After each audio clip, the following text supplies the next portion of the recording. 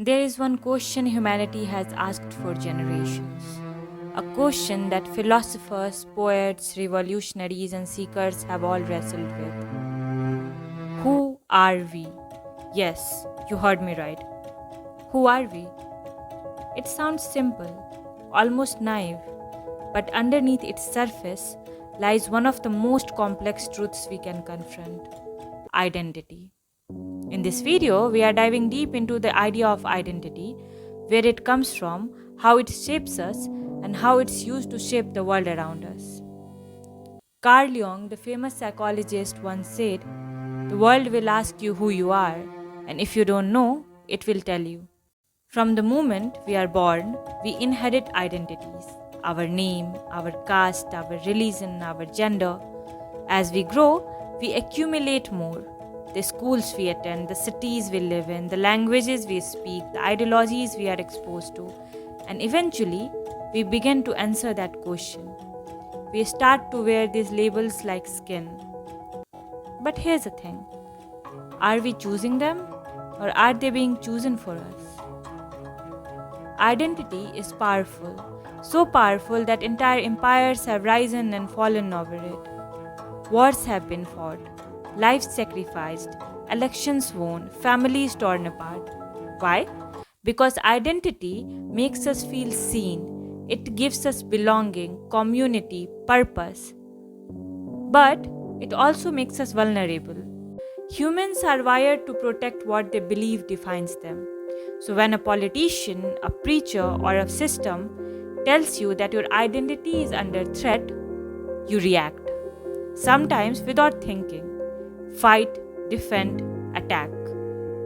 And this is the game. Manufacture identity, manufacture crisis, manufacture consent. One of the most tragic examples of how identity can be weaponized is the partition of India in 1947.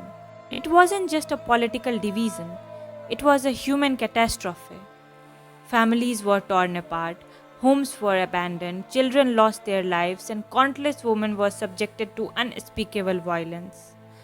All of this simply because lines were drawn based on identity. Identity became a reason to hate, to divide, to rule, and yet the game hasn't stopped. Even today, identity continues to be manipulated for power. The cards may look different, but the deck is the same. In India, caste, religion, and gender aren't just social categories, they are political tools. Votes are not earned through dialogue but through division. And it's not just India. Across the globe, this pattern repeats. Different names, same manipulation. But what is the psychology behind it? Why this identity trap always works? Humans are social animals. We want to belong, we crave validation, and identity becomes the currency for that validation. But here's the catch: everyone falls for it. Even the most woke, the most intellectual, the most rebellious, no one is immune. Because the trap is so subtle, so well crafted, we often don't realize we are inside it.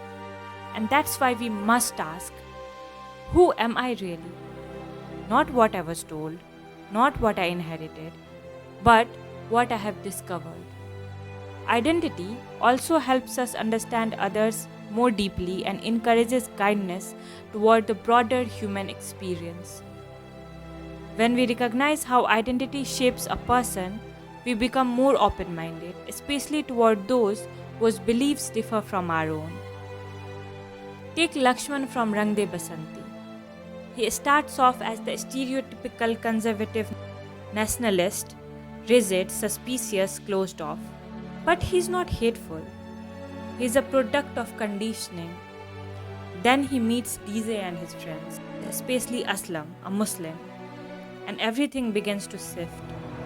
Through empathy, through love, Lakshman unlearns. He transforms. And when the time comes, he doesn't just understand change, he acts on it. Now contrast him with Siddharth from Hajaro Khwaishein Aisi, a liberal, revolutionary, overflowing with ideals. But as reality sinks in, he retreats. Disillusionment replaces conviction. Words remain but action dies. Lakshman evolves, Siddharth escapes. The point is, identity is layered and complex. We can't fully understand someone just by labeling them conservative or liberal. Judging people instantly based on surface traits only limits our understanding of who they truly are. I know it's complicated, but here's what I truly believe in. We shouldn't rush to judge or cancel someone. Their identity, shaped by culture, upbringing, and personal experience, plays a vital role in how they view the world and live their life.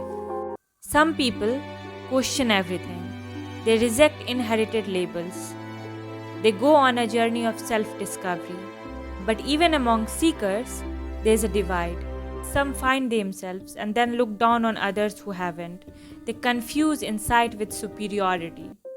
And then there are those who stay grounded, who walk the path of growth with humility, who know that true awakening isn't just about knowing yourself, it's about how you treat others while doing it. In the end, identity is both a mirror and a mask. It can reflect your truth or hide it.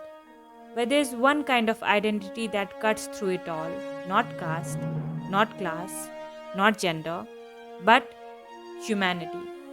And maybe, just maybe, the world becomes a little less cruel when we stop asking, "Who are you?"